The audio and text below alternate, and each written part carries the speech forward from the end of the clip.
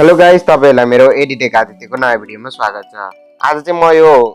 YouTube स्टुडियोलाई चाहिँ कसरी pro मेथडबाट खोल्ने भनेर भन्न गइरहेको छु। र यो चाहिँ तपाईले अब थम्बनेल हेरेर आउनुभएको छ भने एकदम सही ठाउँमै आउनुभएको छ र जसमा चाहिँ तपाईहरुले यो युट्युब स्टुडियो डाउनलोड नगरिकन नि मोबाइलबाट भिडियो अपलोड गर्न सक्नुहुन्छ र डाउनलोड नगरेर चाहिँ हामीलाई धेरै फाइदा हुन्छ। त्यसमध्ये चाहिँ जस्तै अब तपाईले युट्युब स्टुडियो डाउनलोड गर्नुभयो भने थोरै भयो नि स्पेस चाहिँ बच्छ हैन। त्यो हामीलाई कहिलेकाहीँ चाहिँ भिडियो बनाउँदा 10-15 MB ले गर्दा पनि हाम्रो पुरै भिडियो जान्छ र स्पेस नभएर चाहिँ त्यो जाने कारण यसलाई त्यसरी पनि मिनिमाइज गर्न सक्नुहुन्छ। र अर्को मेन कुरा भनेको चाहिँ जस्तै तपाईले जति पनि एपहरु डाउनलोड गर्नुहुन्छ त्यो चाहिँ ब्याकग्राउन्डमा रन हुन्छ र ब्याकग्राउन्डमा रन भएर के हुन्छ भन्दाखेरि त्यसको यो ब्याकग्राउन्डमा चलेको हुनाले तपाईको मोबाइलहरु अड्किने प्रब्लम पनि आउँछ र त्यति गरिसकेपछि त्यो युट्युब स्टुडियो डाउनलोड नगरिकन भिडियो बनाउँदाखेरि चाहिँ तपाईको त्यो हल्का फुल्का भयो नि ल्यागहरु पनि कम हुन्छ हैन। अनि यसमा तपाईले अब राम्रोसित अब जस्तै युट्युब अब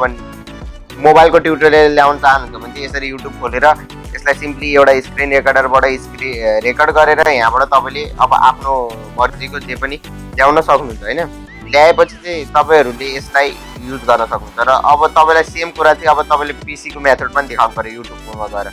र त्यसमा त अब जस्तै तपाईसित पीसी छैन भने चाहिँ तपाईलाई धेरै ज्याउ हुन्छ र त्यसको लागि चाहिँ तपाईले यो तपाईलाई थाहा छैन भने म भन्दिम यो मोबाइलबाटै तपाईले पीसी जस्तो भिडियो पनि बनाउन सक्नुहुन्छ र त्यसको लागि कुनै एप डाउनलोड गर्न पनि पर्दैन। त्यो सबैको मोबाइलमा पहिलेदेखि इन्स्टल भएर आउँछ र एकदम फ्री सफ्टवेयर भन्दा नि ब्राउजर हो र त्यसलाई ओपन गरेर तपाईले गर्न सक्नुहुन्छ हैन। त्यो गर्नको लागि चाहिँ सिम्पली तपाईले अब आफ्नो क्रोम ब्राउजर खोल्नु पर्ने हुन्छ र क्रोम खोलिसकेपछि चाहिँ एउटा यस्तो इन्टरफेस आउँछ जो तपाईले पहिला खोल्नु भएको छैन भने र यहाँ देख्न सक्नुहुन्छ यहाँ न्यू ट्याब भनेर आएको छ माथि र यसमा एकचोटी क्लिक गरिदिनु पर्ने हुन्छ। न्यू ट्याबलाई क्लिक गर्ने बित्तिकै यो गुगल जस्तो एउटा इन्टरफेस आउँछ र त्यसको लागि चाहिँ के गर्नुपर्छ भन्दा यहाँ माथि 3 डट आएको छ त्यसमा एकचोटी क्लिक गर्नुपर्ने हुन्छ। यहाँ देख्न सक्नुहुन्छ यहाँ 3 डट आएको छ यसमा एकचोटी क्लिक गर्नुपर्ने हुन्छ र क्लिक गरेपछि यहाँ तपाईले देख्न सक्नुहुन्छ डेस्कटप साइट भनेर आएको छ। डेस्कटप साइटमा एकचोटी क्लिक गरिदिनुपर्ने हुन्छ र डेस्कटप साइटमा क्लिक गर्ने बित्तिकै यो अटोमेटिकली यो प्यानल चाहिँ अफ हुन्छ जसले गर्दा चाहिँ अब यो ब्याक भइहाल्यो। अब यसमा चाहिँ तपाईले अब जे चाहियो जस्तै अब यो मात्र अहिले चाहिँ युट्युबको मात्र भिडियो आइरहेको छ र यसमा चाहिँ तपाईले जस्तै पीसीमा क्रोमबाट खोल्न मिल्ने सबै कुराहरु खोल्न सक्नुहुन्छ। जस्तै कुनै एपहरु छ जुन चाहिँ पीसीमा खोलिन्छ र मोबाइलमा चाहिँ डाउनलोड गर्नुपर्छ र युट्युब स्टुडियो त धेरै छैन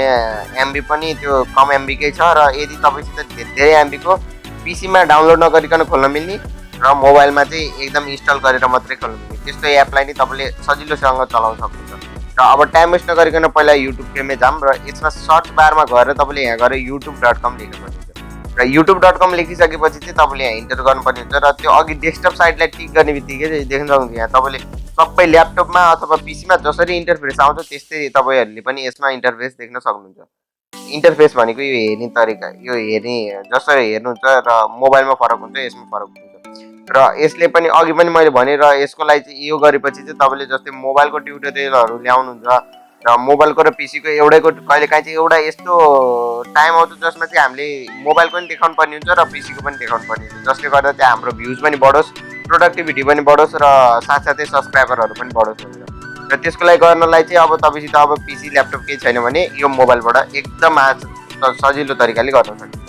र त्यसको लागि यहाँ हेर्न सक्नुहुन्छ इन्टरफेस पनि एकदम आएको छ र मेन कुरा अघि मैले पनि भने युट्युब स्टुडियो डाउनलोड नगरिकन नि भिडियोहरु अपलोड गर्न सक्नुहुन्छ। त्यसको लागि चाहिँ अहिलेको च्यानलको लोगोमा जाने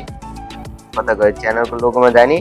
र च्यानलको लोगोमा गइसकेपछि र युट्युब स्टुडियो जाने बित्तिकै चाहिँ एउटा यो सानो लोड भएर जसरी पीसीमा युट्युब स्टुडियो खोलिन्छ त्यसरी नै यसमा खोलिन्छ र खोल्न दिम यसको लागि चाहिँ र यो छिटो र ढिलो खोल्ने भन्ने चाहिँ तपाईको वाइफाईको स्पिड अनुसार हुन्छ जो जति फास्ट स्पिड वाइफाई हाल्नुपर्छ त्यति छिटो यो खोलिन्छ र यहाँ देख्न सक्नुहुन्छ यस्तो इन्टरफेस आएको छ र जस्तै अब तपाईले यहाँ गएर यो पीसी को इन्टरफेसमा गएर सेटिङमा गएर डिफल्ट सेटिङहरु राख्नु पर्यो। जस्तै तपाईले अब एउटा हाम्रो कमनली सेम हुने भनेको त त्यही डिस्क्रिप्सन सेम हुन्छ हैन। त्यसको लागि तपाईले अब यदि यो युज गर्दाखेरि अर्को भिडियोबाट कपी गर्दै अर्को त्यही सेम हाल्न पनि हुन्छ र त्यहीबाट कपी गर्दै हाल्नुहुन्छ भने यहाँ डिस्क्रिप्सनमा लगेर यो पीसी जसरी टाइप गरेर पनि यसमा गएर सेभ गरिदिनु भयो भने तपाईलाई हरेक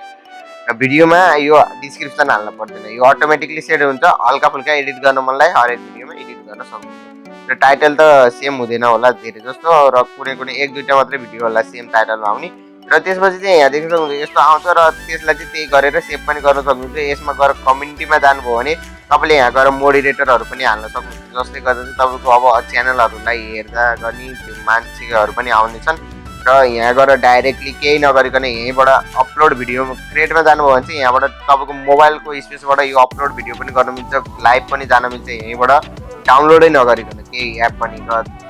ब्याकग्राउन्डमा पनि चल्ने भएन, ल्याग पनि हुने भएन, स्पेस पनि खाने भएन। र यहाँ गएर यता मोनिटाइजेसनहरू पनि हेर्न सक्नुहुन्छ, मोनिटाइजेसन रुलहरू। यसमा गएर सिधा भाषामा भन्नुपर्दा जसरी तपाईँले पिसीमा खोल्नुहुन्छ त्यसरी नै यसमा यो खोलिनेछ र तपाईँको कामलाई चाहिँ धेरै सजिलो हुन्छ। र यदि तपाईँलाई पहिला यसको बारेमा थाहा थिएन र थाहा भएर नै बिर्सिनु भएको थियो भने चाहिँ यो भिडियो तपाईँलाई धेरै हेल्पफुल हुनेछ। र अब टाइम वेस्ट नगरिकन भिडियो पनि 4-5 मिनटको भइसक्यो र त्यसको लागि भनेर अब आजको लागि यति नै। हस् त, धन्यवाद।